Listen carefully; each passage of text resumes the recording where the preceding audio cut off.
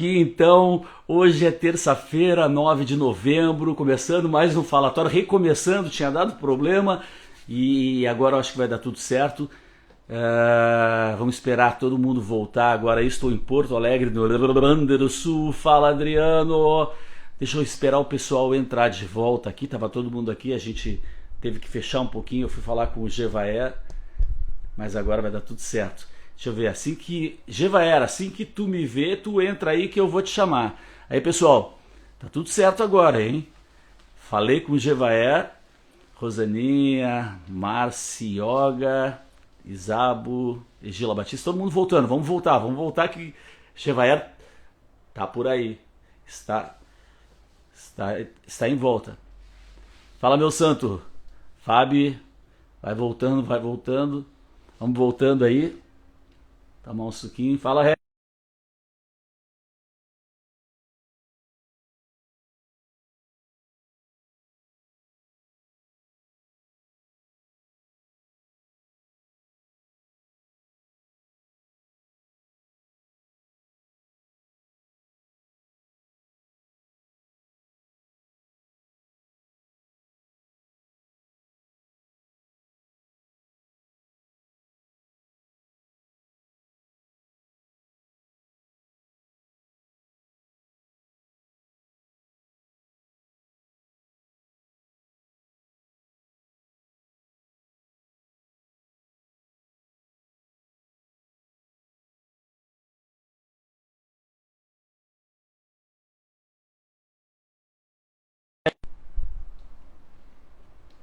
Pessoal, tô aqui?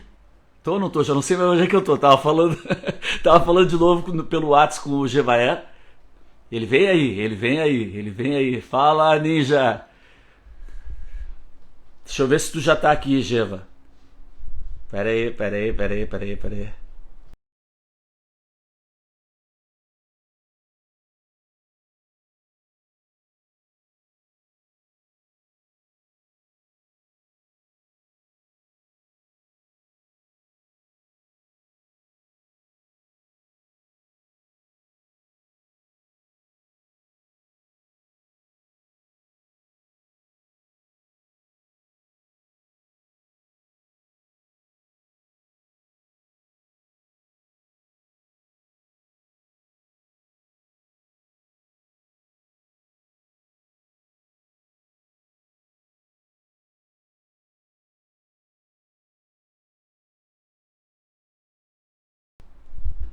É pra te sair do Pera aí. 4G.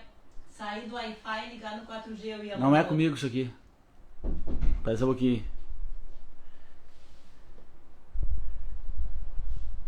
Deixa eu ver se o Geva tá aqui.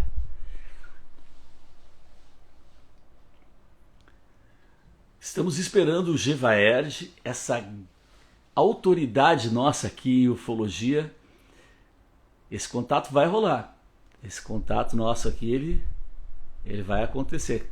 Como todo contato de qualidade de primeiro grau, ele é demorado, mas ele, quando acontece, vai ser muito legal. Aí, Gevaer, tu entrou. Agora eu vou te chamar. Vamos ver se vai dar certo aí. Agora eu vou mandar pra ti o convite. Vou mandar pra ti um convite, vamos ver. Agora vai dar certo. Agora vai dar certo. Agora vai dar certo. Agora vai dar certo. Aí! Fala. Finalmente, Esse, estamos esse no contato. falatório. Tudo bom, Gema? Tudo bem, e você? Como é Tudo que tá? jóia. Como é que tá essa nossa audiência bacana demais? O É uma pessoal tá chegando aí. satisfação participar do teu programa, tchê. Pô, Mas que cara. barbaridade. Onde que tu tá? Onde que tu mora? Eu tô em Porto Alegre, no Rio Grande do Sul. Rio Grande do Sul. Tu tá no. Mas eu adoro tua cidade, cara. Porto É. Alegre, eu sou fã da tua cidade. Eu quase fui morar aí. Eu quase que casei com uma porto-alegrense. Isso há uns anos atrás. Sério, a coisa foi bacana, viu? Foi Ah, é? E bacana. o que faltou para esse contato imediato entre vocês? Foi Quase, quase. No final, incompatibilidades que não tinham o menor sentido. Depois que passa, você pensa, que bobagem! Por causa disso que não deu certo? Mas que bobagem! Era tão bom. Eu ia para Porto Alegre todo mês. Isso durante 8 anos. Todo mês. Ou ia de avião, ou ia de carro. Mas ia para aí. Adoro Porto Alegre, cara. Que Mercado legal. Municipal de Porto Alegre, para mim, é um must. É maravilhoso, Adoro. né? É. Mas é demais. E eu gosto da culinária, e eu gosto da música, e eu gosto do povo caloroso, muito querido. Tenho muito bons amigos aí, dos quais eu sinto muita saudade. Tu é do Paraná, né? Eu sou de Maringá, no Paraná. Morei a minha vida inteira praticamente em Campo Grande, no Mato Grosso do Sul, que foi onde surgiu a revista UFO. E daí, há uns 12 anos, eu me mudei para Curitiba.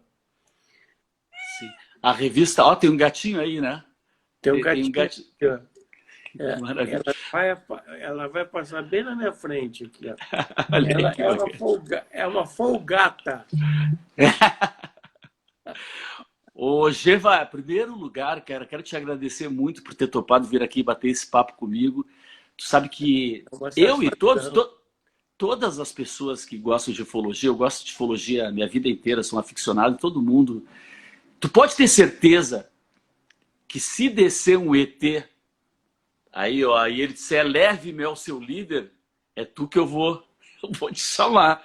É tu que eu vou chamar. Mas que responsabilidade é essa, hein? Tu é o cara que nós vamos chamar, tia. Quero te agradecer, quero agradecer também ao Carlos Odoni, que é aqui do Movimento Gaúcho de Ufologia, que fez esse meio-campo para a gente ter esse contato imediato digital aqui, eu poder ter essa oportunidade de falar contigo. O Carlos, que ele é aqui as visualizações gaudérias aqui, parece que é com ele aqui do movimento. Eu não sabia que Não, existia um aí movimento. do Sul, quem manda é o Odoni. É o Pô, Odoni. O Odoni é o cara que organiza tudo, que faz tudo, que impulsiona tudo. é. É o cara. Eu também agradeço a ele a oportunidade de ter nos colocado em contato para que a gente pudesse fazer essa live e, quem sabe, outras no futuro. Que bacana. Existe, deixa eu te perguntar, assim, falando nos estados e regiões do Brasil, existe algum tipo de pesquisa assim sobre se tem algum estado, alguma região brasileira que tenha mais incidência assim de casos ou de avistamentos? Existe alguma coisa nesse sentido assim, não? Olha, Cláudio, existem pesquisas informais. Por quê?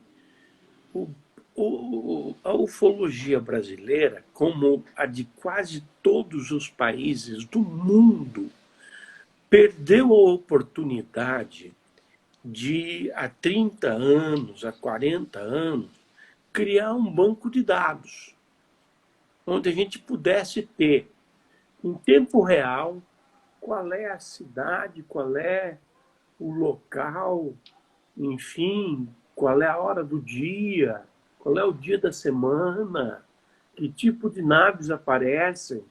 Nós não temos esse banco de dados, mas informalmente, assim, pelo meu feeling de pesquisador,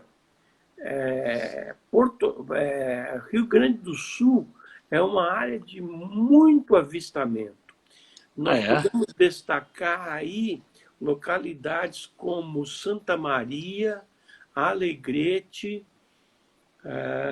tem mais uma cidade no sul aí que eu não estou lembrando agora o nome, mas Porto Alegre, o próprio Porto Alegre, a própria Porto Alegre, ela foi objeto de investigações militares de discos voadores nos anos 50, porque Ah, as é?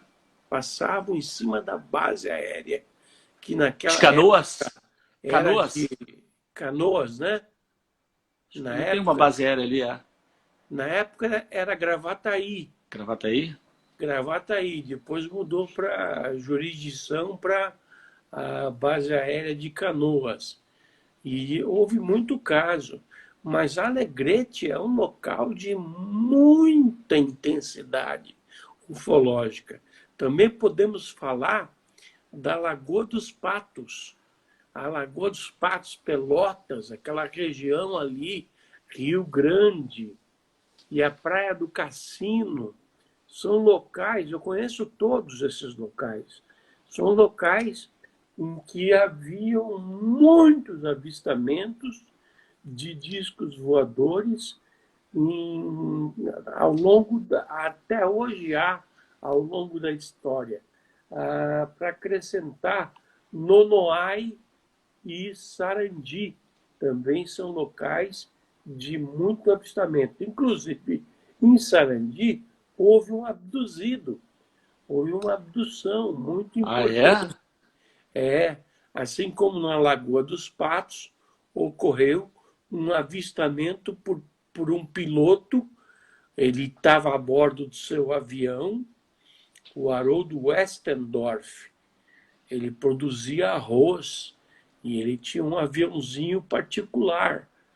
E ele deu uma volta ali pela Lagoa dos Patos e viu um UFO enorme. Aí ele já deu uma gauchada, né? Falou, bate, é grande, mas não é tão grande. É.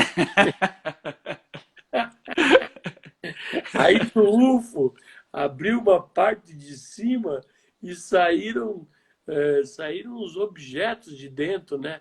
Ele falou, Era... gauchando pra caramba, né? Baita trovador, eu vou entrar nessa máquina aí. Gaudério, né? Gaudério? O Gaudério, ele disse que ia entrar na máquina, mas não acabou não entrando. Enfim, E foi. esse abduzido de Nonoai, como é que foi essa abdução, né? Esse foi o Ele voltou Arthur ou Berlet, ele foi, ou levaram já o cara? Foi uma abdução com ida e volta ou... com ida e volta. Ele foi levado e foi trazido de volta. Ele estava voltando do trabalho, ele morava na zona rural e ele trabalhava na zona rural, com trator, essas coisas, né?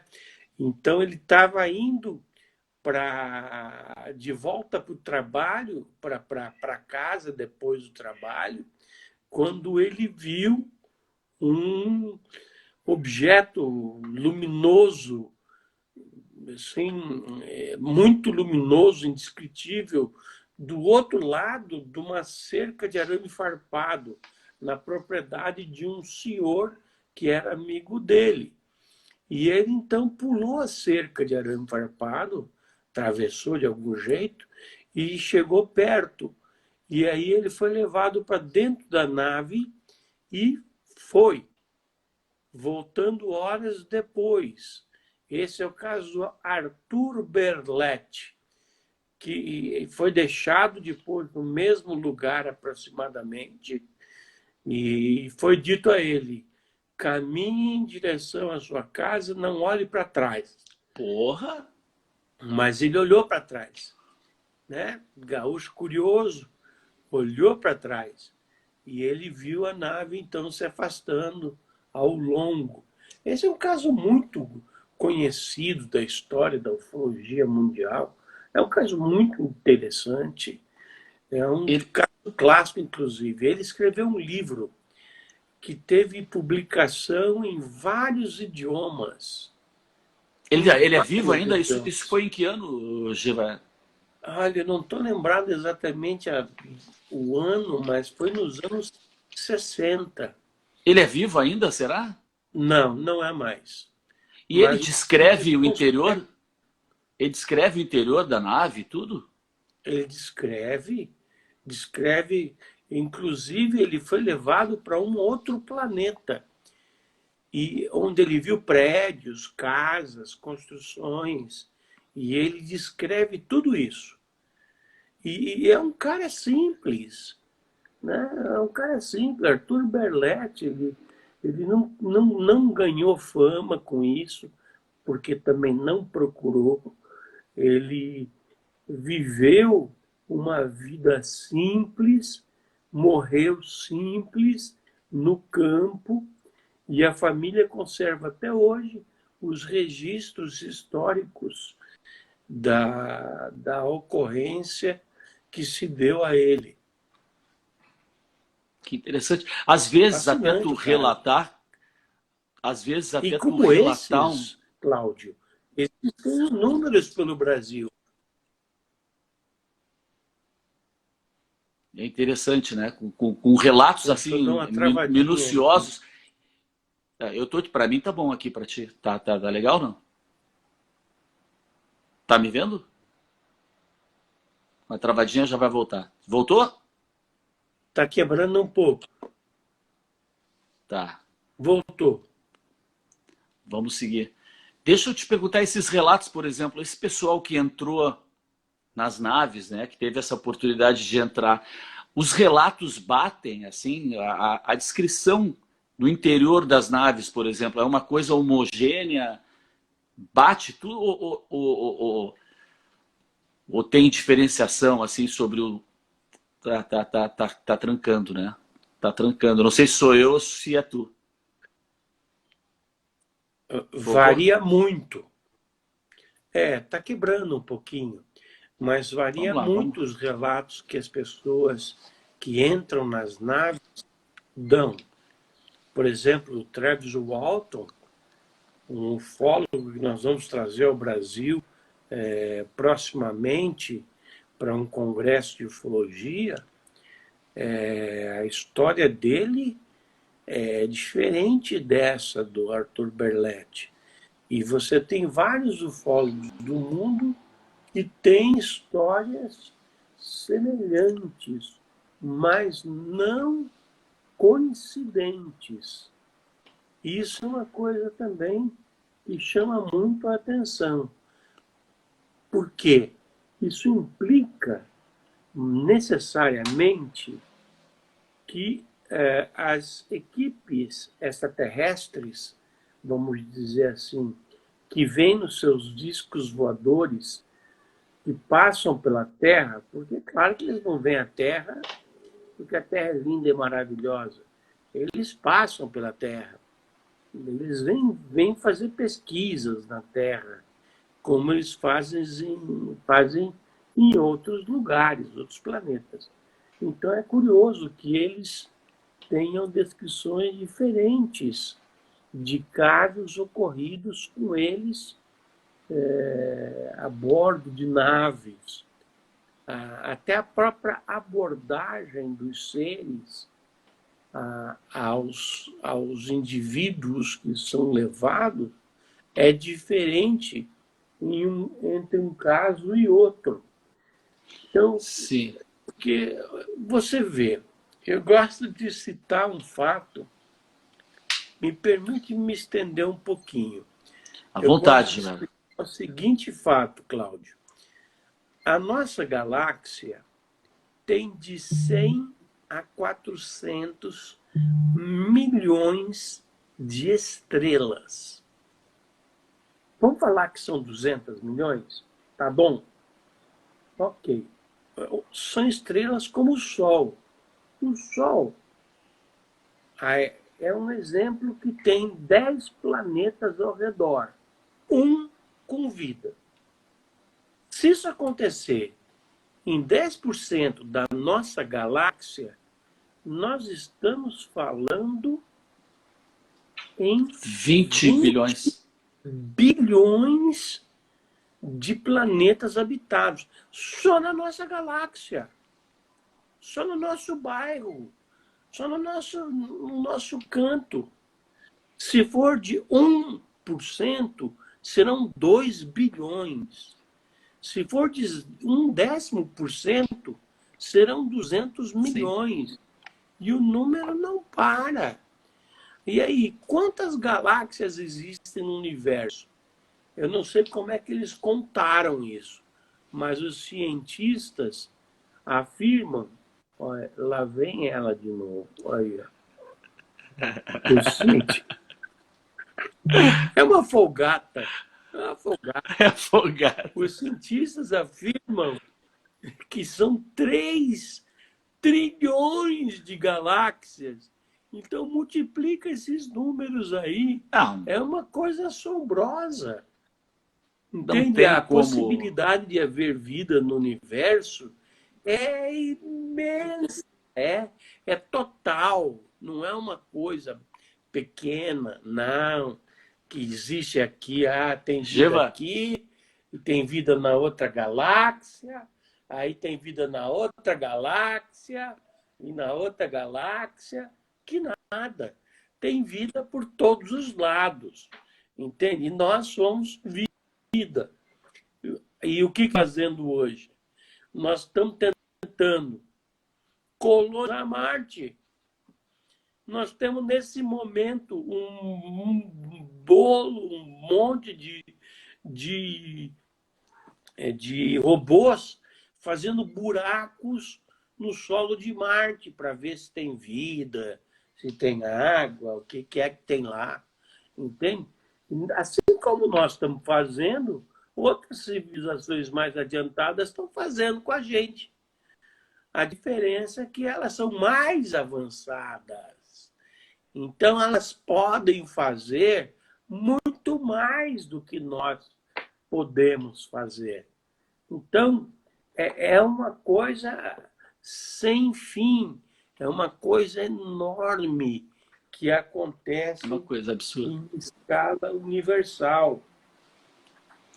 O Felipe de Barros aqui está falando, só para dizer para ele que ele falou, tem aquele caso do lenhador lá nos Estados Unidos, é o caso que ele falou, do Travis Walton. É o Travis Walton. É o caso do lenhador, né? Esse é um caso daqueles clássicos, e o legal desse caso é que ele está vivo, faz 30 e poucos anos, né? Que eu acho que aconteceu o caso dele, e é um cara que mantém a história 75 dele. foi o caso dele. É. E ele mantém aquela história Eu já trouxe dele. ele ao Brasil 5 vezes para falar em nossos eventos.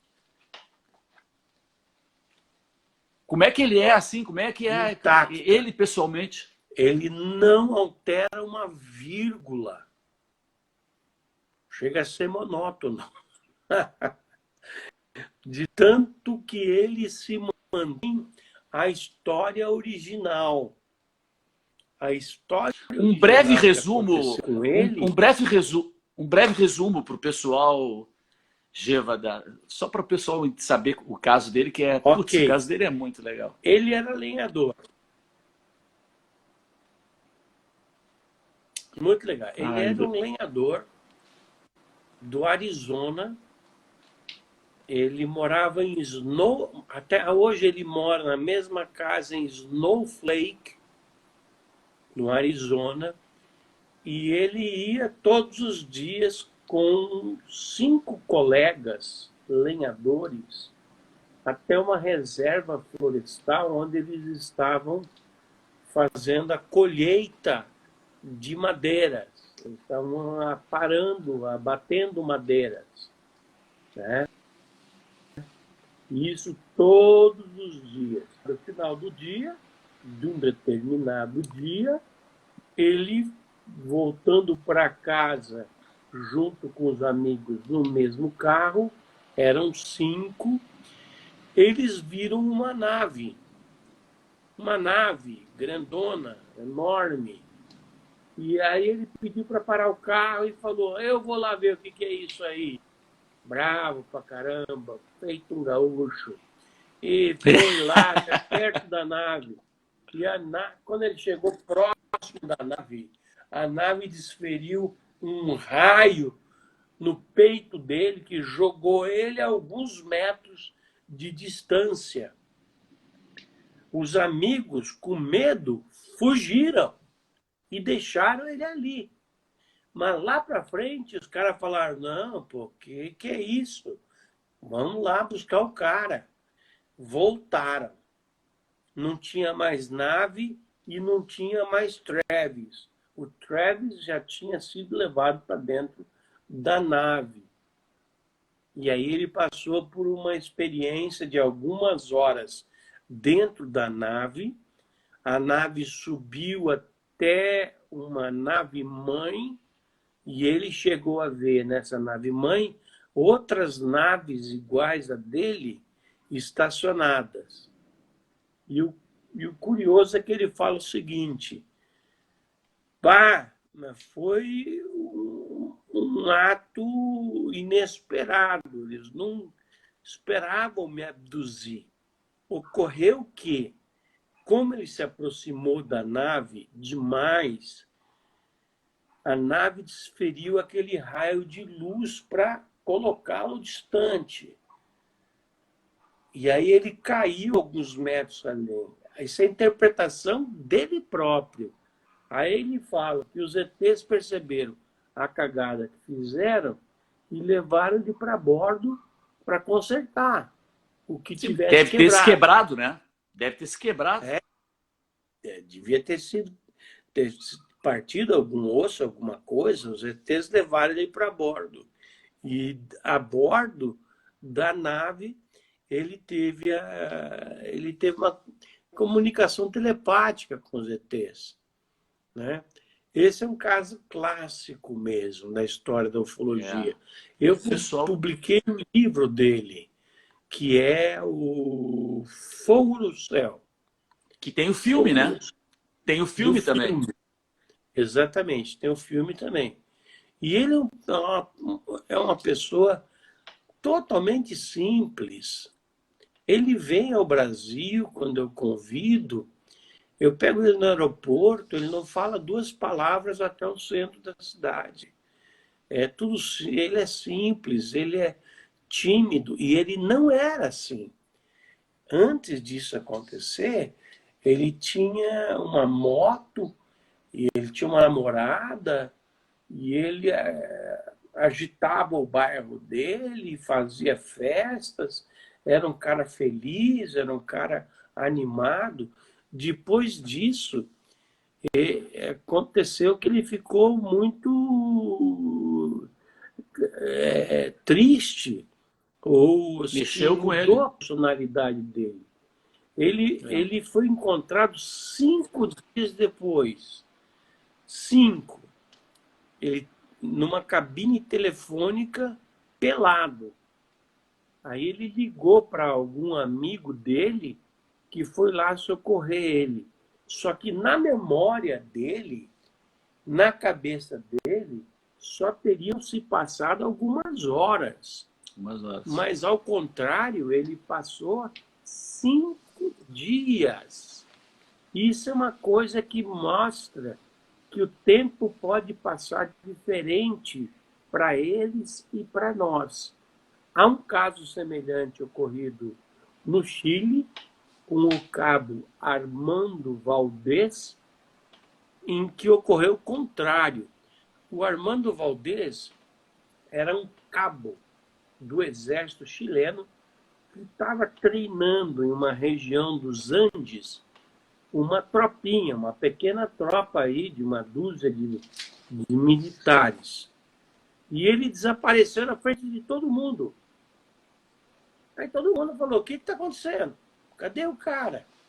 Começaram a procurar, virando mato, correndo atrás de lugares onde ele poderia estar, e não achavam.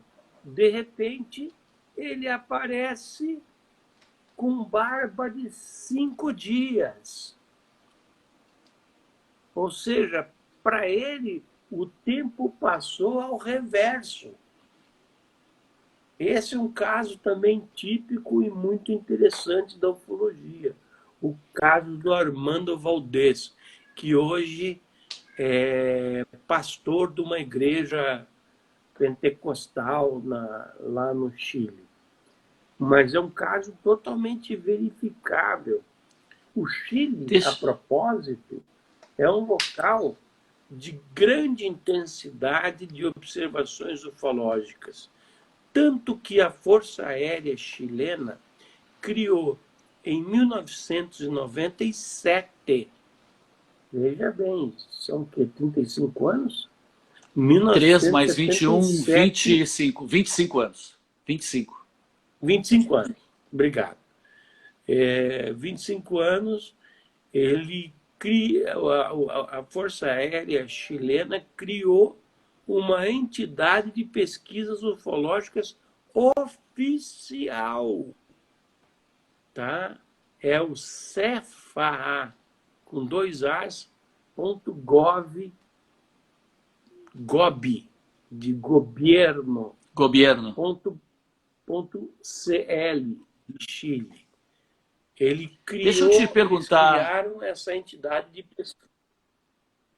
deixa eu te perguntar uma coisa, porque a casuística ufológica é muito rica, nacional e internacional, e eu quero ouvir, eu não quero te interromper, porque tá todo mundo a fim de te ouvir, eu só quero, só para trazer para uma coisa recente, eu queria ouvir a tua opinião, para tu explicar para nós, acho que algumas pessoas ouviram sobre isso, outras não, o Muamua. Tá me ouvindo? Será que cortou? Ai, ai, ai, ai, ai, ai. Internet, nos ajude, Cortou internet. um pouco aí, eu não ouvi toda a Tu pergunta, chegasse a não. ouvir. Não, eu te perguntei, eu queria ouvir a tua opinião e se tu poderia explicar para nós sobre o Muamua, que é um caso recente desse objeto que entrou no nosso sistema solar. Enfim, eu vou deixar tu. Eu acho que tu sabe. Pois não, vai lá. O Oumuamua é um objeto que uns achavam que era um asteroide, mas existe um pessoal de Harvard forte, né? Professor de Harvard, que defende que é uma espaçonave, que é algo inteligente, né? Vamos ouvir o Gevaelis. Esta está ao contrário. Olha o que eu Esta, recebi. Eu que legal. recebi esses dias esse livro, Extraterrestres, o primeiro sinal de vida inteligente fora da Terra, do Avi Loeb, ou Abraham Loeb. Aí é um apelido, tá? Ele fala sobre o Oumuamua. O Oumuamua, para quem não está a par do que significa, não, agora você não vai passar aqui na frente, não. Vai pro chão. O pessoal já te conhece, tá? Agora vai pro chão. Astrogata. Vai lá caçar teus gatos. Astrogata. É a gata. Então, o Oumuamua significa mensageiro que vem de lugar distante. Ele foi detectado em 2017, entrando no sistema solar como se fosse um meteorito, um corpo celeste. Mas aí ele apresentou algumas características completamente diferentes do que poderia se esperar de um corpo celeste. Ele acelerou a sua velocidade ao entrar no sistema solar, diminuiu a velocidade ao contornar o Sol e passou relativamente perto da Terra, já com a mesma velocidade de antes. Então, isso faz a astronomia rever seus conceitos. E o objeto ele era plano, comprido, tinha 400 por 40 quilômetros, o que é uma insignificância em termos astronômicos, e ele tinha uma rotação em seu próprio eixo. O Avi Loeb, esse cara aqui que me mandou esse livro, está aí nas livrarias, ele defendeu desde o princípio de que se tratava de uma nave extraterrestre ou um objeto artificial não produzido pela natureza, né? E, de fato, isso se mantém até aqui. Agora, por que ele foi detectado em 2017? Porque em 2017 havia tecnologia. Antes não havia. O que significa que outros casos semelhantes possam ter ocorrido antes da história do Oumuamua. Deixa só para entender. Ou seja, Desculpe, pois não. Não, eu queria só te perguntar, só para entender o porquê, o real significado disso. O que tu está querendo dizer, e eu ouvi ele falando também, e a tua explicação ela é fundamental, é que ele entra no nosso sistema solar com uma determinada aceleração. Está cortando. E o que se esperaria... Ah, tá cortando, meu Deus. Tá, voltou? Voltou? Voltou. Ele entra no nosso sistema solar. É que ele entra no nosso sistema, né, solar com uma determinada velocidade, com uma aceleração, e o que se esperaria é que se ele fosse apenas um corpo normal, celeste, um asteroide, enfim, ele ia ser atraído pela gravidade do Sol ou de planetas, ou ele ia reduzir a velocidade dele, mas o que ele demonstra é que ele tem uma propulsão, porque ele sai, ele entra no nosso sistema, ele passa pelo nosso sistema, reduz, enfim, mas e depois ou seja, ele faz uma passagem pelo nosso sistema solar. Quando se ele fosse um corpo celeste normal, talvez ele fosse... Ele entrasse, ele ficasse em órbita em algum lugar aqui ou desacelerasse. Seria mais ou menos isso? Isso que seria uma comprovação? Seria capturado pela gravidade. Cara. Ele ia ser, Cláudio, ele ia ser capturado pela gravidade solar. Nós íamos poder vê-lo como um corpo normal que se juntaria ao sistema solar. Mas não foi isso que aconteceu. É muito difícil um corpo se aproximar do Sol, resistir à gravidade do Sol e depois sair andando por aí. É muito difícil isso. E o Avi Loeb, ele defende, ele é diretor do Departamento de Astronomia de Harvard. Ele não é um Zé Ninguém. Ele é o cara. Entende? Ele é o cara das galáxias. Né? Pica das galáxias. Para quem não comprar o livro, só sugerir para o pessoal que quiser conhecer mais ele, Joe Rogan, que é um cara que faz podcast, o maior podcaster do mundo, tem uma entrevista que eu assisti com mais de 2 horas com ele, que é sensacional. Mas o legal é comprar o livro dele. Ou seja, ele é um cara que tem um nome a zelar, né? É o testemunho e o aval de alguém que é o cara das galáxias, né? E tomou pedrada, viu? E tomou pedrada dos seus parceiros acadêmicos, que são céticos. Tomou pedrada. Eu ouvi. Mas mesmo assim ele resistiu e resiste até hoje. Uma dessas pedradas, ou algumas das respostas para essa propulsão que eu ouvi assim, é que ele teria uma cápsula de gás, alguma coisa assim, numa daquelas pontas que em dado momento explodiu, com perdão da analogia, mas como se fosse gases, né? Um pum gigantesco que, quando explodiu, né, deu a propulsão para ele sair, que seriam gases que estariam ali encapsulados e que teria dado a propulsão. Foi uma das contradições, dos contraditórios ao que ele falou. Mas Ouvindo ele contar, é sensacional, né? O pessoal que puder ouvir é sensacional. Mas aquela foto que a gente tem entrando no Google, ela é real aquela foto dele? Do Oumuamua, ela é real? É uma aparência rochosa? Não, aquela foto ali é uma criação, porque ele foi visto a enorme distância com aquele formato de cilindro, mas não é aquele formato que aparece no Google quando você digita o Oumuamua. Não é aquela pedra comprida, não.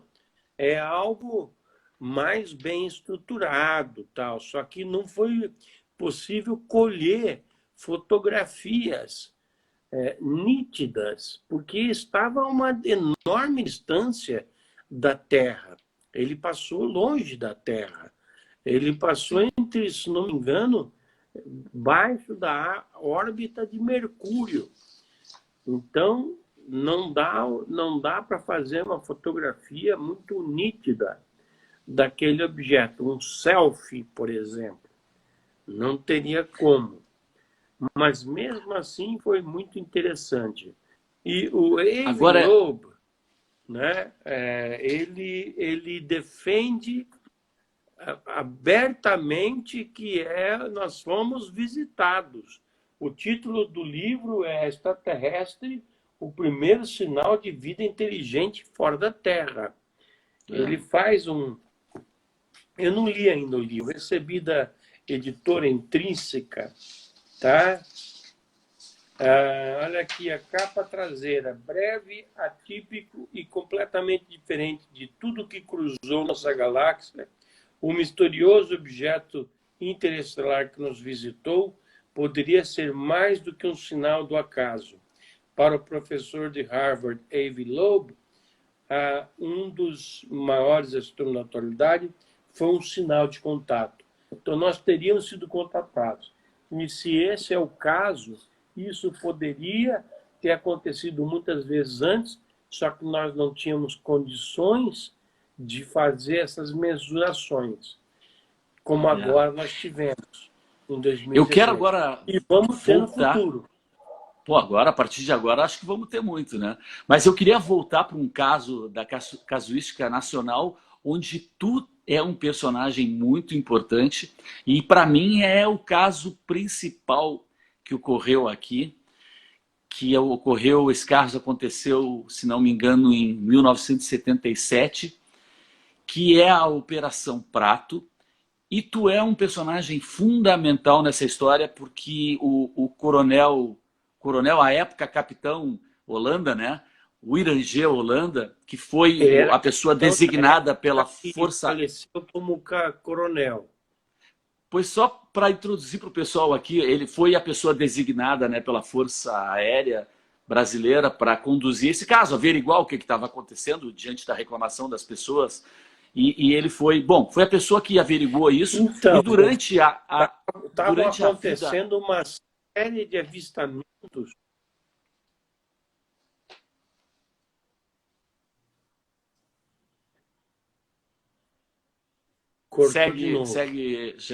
Cortou, né? Essa nossa tecnologia está muito fraca. Nós precisamos de 5G urgente. Tá vindo aí. Eu acho que eles já estão meio que nos derrubando para... Parece que a duração dos programas é de 1 hora no máximo, né? Daí eles caem, Não. Eu faço 3 horas aqui. Vou respeitar o teu limite, mas aqui não tem horário. Não tem horário. Pode, é o tempo que tu... Não, vamos mais uns 10, 20 minutos aí, tranquilo. Vamos lá. Estava acontecendo no leste do Pará, numa região chamada, na ilha de Colares, onde existe a cidade de Colares, uma série de avistamentos de objetos voadores não identificados que atacavam as pessoas, sem explicação. Isso começou a acontecer em 76, mas foi em 77 que isso se agravou completamente, fazendo com que os poucos residentes da ilha que ficaram fossem até o governo do estado do Pará pedir socorro. Olha, está acontecendo isso, nós precisamos de ajuda. Daí, o que aconteceu? O governo do Pará chamou a Força Aérea Brasileira. O comandante da base aérea de Belém, na ocasião, o brigadeiro Camilo, designou outro brigadeiro, o brigadeiro Protásio, para que administrasse a situação. O Protásio constituiu um grupo de militares, uns 20, 30, talvez até mais, uns 40 militares, chefiados pelo então capitão da intendência da aeronáutica, o Irangê Holanda. E foram esses homens para a Ilha de Colares, munidos de equipamentos, de máquinas fotográficas, armados, tudo. E lá foi que se realizou a Operação Prato, que recebeu esse nome por sugestão do próprio Holanda. O Holanda manteve segredo sobre isso enquanto pôde. Ele ficou na dele, até que um dia ele resolveu abrir o bico. 20 anos depois. E ele me ligou. 20 anos depois, em 1997, ele me ligou. Não foi eu que o procurou, ele que me procurou para dizer: Gevaer, você já me procurou antes para conversarmos e não podíamos. Eu estava com um compromisso com a aeronáutica. Eu já não tenho mais compromisso com a aeronáutica. E agora eu posso falar. Vem até a minha casa, que você será bem recebido e ouvirá toda a história da Operação Prato. E eu fui lá, no final de julho, começo de agosto de 97, e ele contou toda a história da Operação Prato, que foi, assim, cabulosa, uma coisa... É chocante essa história. Extrema é a mesmo, mais brutal, muito a mais brutal que tem. chocante. Então, para você ter uma ideia, foram feitas mais de 500 fotografias pelos militares durante os 4 meses que a operação durou. Setembro, outubro, novembro, dezembro. Mais de 500 fotografias de UFOs, mais de 16 horas de filmes em Super 8 e Super 16 milímetros. E foram coletados relatos da população que preencheram 2.000 páginas. E dessa documentação, o governo liberou umas 300 páginas, umas 100 fotos, as piores que haviam, e nenhum minuto sequer do filme de vídeo. Era, na verdade, filme de película, porque naquela época não havia vídeo ainda, né? Era película. E esse é um caso extraordinário, porque os militares da Força Aérea, eles acampavam numa praia da ilha. Por exemplo, a ilha passa por cima dela o rio Amazonas e por baixo o rio Guajará-Mirim. O rio Guajará-Mirim se encontra com a Amazônia, com o rio Amazonas ali. E aí a ilha é grande, é muito grande. E eles acamparam geralmente na praia de Humaitá, que fica ao norte da ilha. E quando eles acamparam, os UFOs se concentraram sobre eles. Tanto de noite quanto de dia, eles vinham. E quando o acampamento mudava para outra praia, como a Praia do Machadinho, a oeste da ilha, acontecia a mesma coisa. Os UFOs iam para lá. Quando eles mudavam para uma praia ao leste da ilha, os UFOs iam para lá. E durante o tempo em que eles estiveram na ilha, não houve nenhum ataque. Nada. Acabaram os ataques. Não tinha mais ataque nenhum aos moradores, e muito menos aos militares. E o Holanda me falou, parece que eles sabiam o que nós estávamos fazendo ali, porque eles ficavam de olho no que nós realizávamos, nas nossas atividades. Eles fizeram fotografias, eu tenho inúmeras fotografias aqui,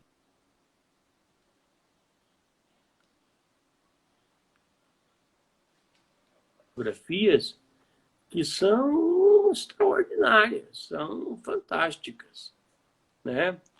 Inclusive, eu não vi os vídeos, mas quem viu os vídeos, como, por exemplo, a filha do brigadeiro Protásio de Oliveira, a doutora Naíma, que é psicóloga em Belém, ela era adolescente naquela época e que o pai trazia para casa os filmes para exibição.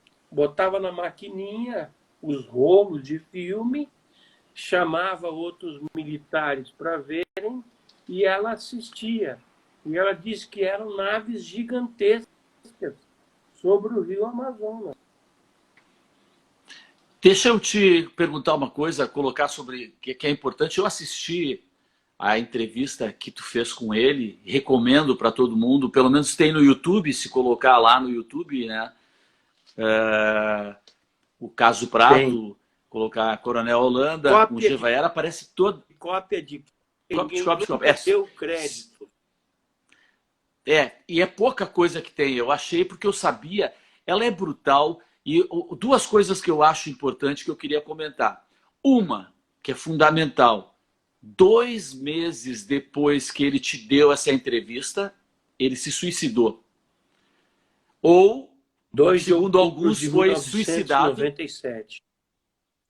1997, que ele te deu essa entrevista, 20 anos depois, e 2 meses, ou em torno disso, depois de ele te dar essa entrevista, ele se suicidou ou foi suicidado, segundo algumas fontes.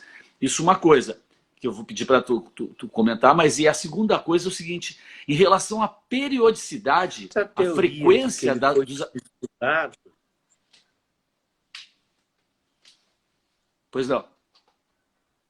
A ideia de que ele foi suicidado não se sustenta, Cláudio, porque ninguém mata um informante depois de ele informar.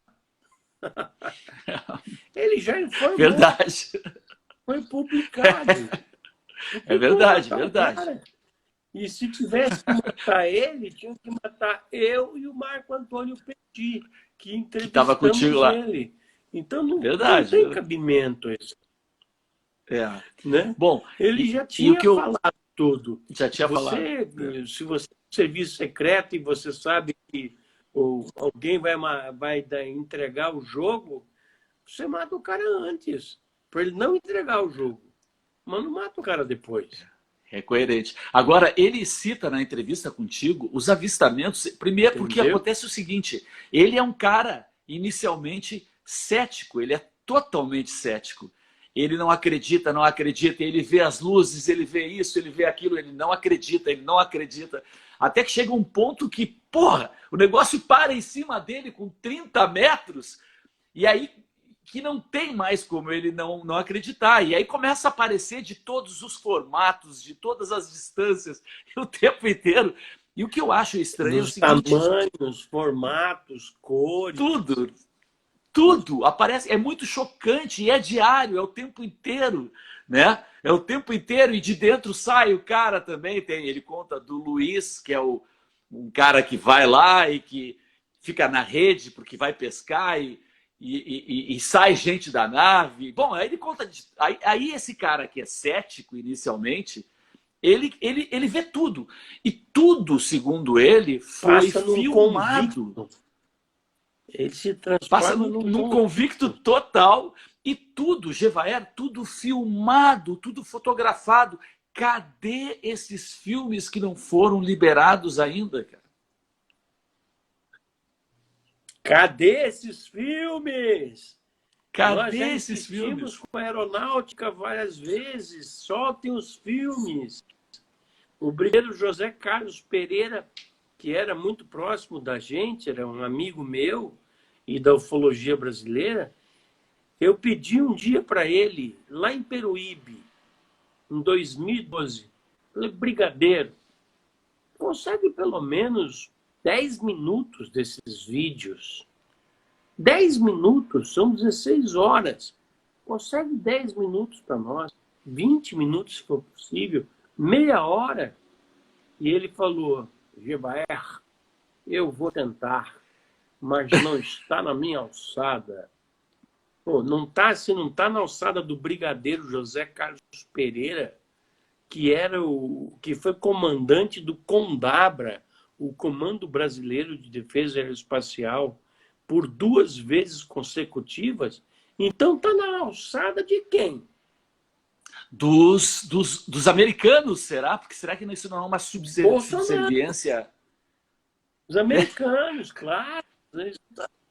Todo esse material está com a mão dos americanos. Inclusive, a Operação Prato acabou. Eu tenho mais uns minutos aí, porque daqui a pouco eu entro numa outra live. Tá? Não, tá bom. A Operação Prato acabou porque houve um contato imediato de 3º grau. O Irangi Holanda estava com um comandado dele, o Sargento Freitas, no lado sul da ilha, investigando um caso. Mas a maré estava subindo e eles tinham que voltar para o outro lado da ilha, para a praia de Humaitá, onde eles estavam acampados. E quando eles estavam se preparando para partir, uma nave cilíndrica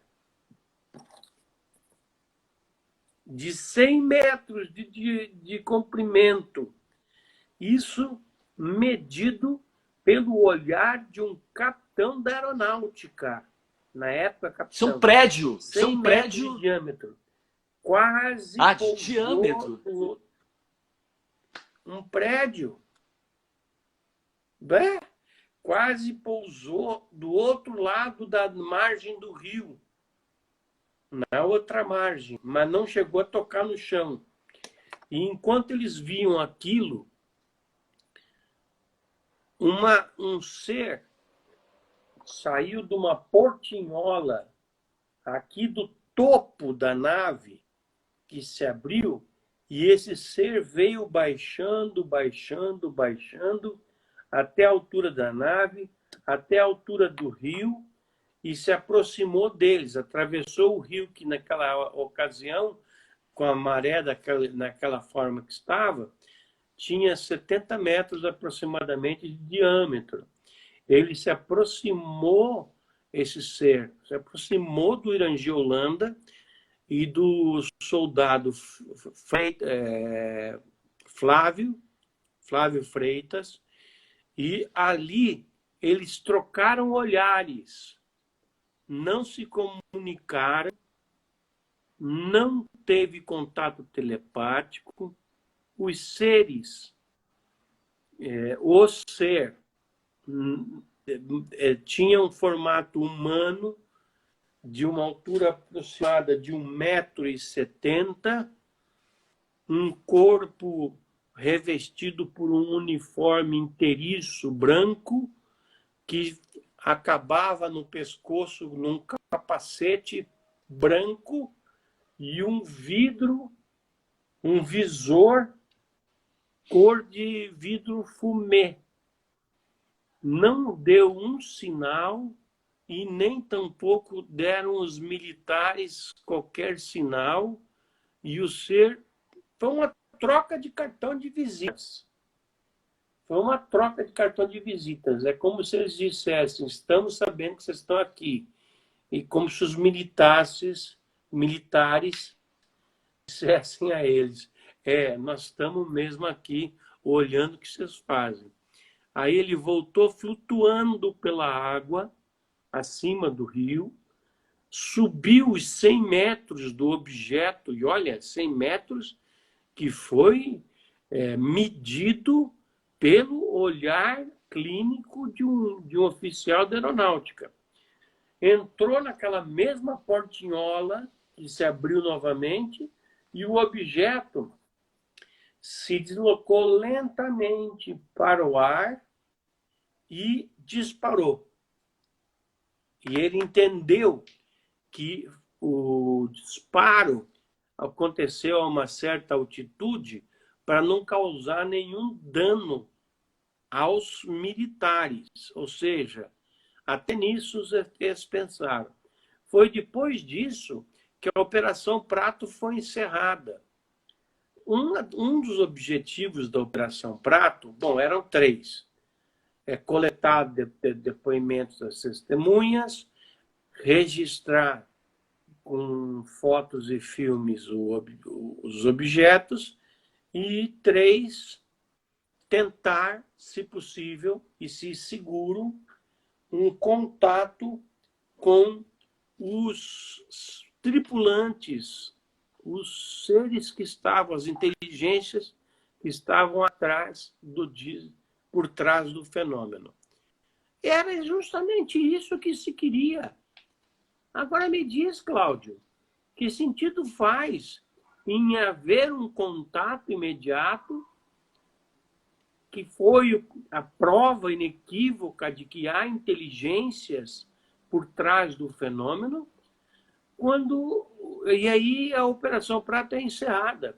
Quando o militar, o Holanda, vai até o comandante, o brigadeiro Protásio de Oliveira, e relata como era parte das suas atribuições, a cada 2 semanas, relatar, quando ele relata o que aconteceu, o brigadeiro manda encerrar a operação. Olha, espera aí. Meu objetivo, andando nessa bicicleta aqui, é chegar a Porto Alegre. Eu chego até Gravataí e desisto? Não tem sentido, né? Não tem sentido. Verdade. Como é que pode isso?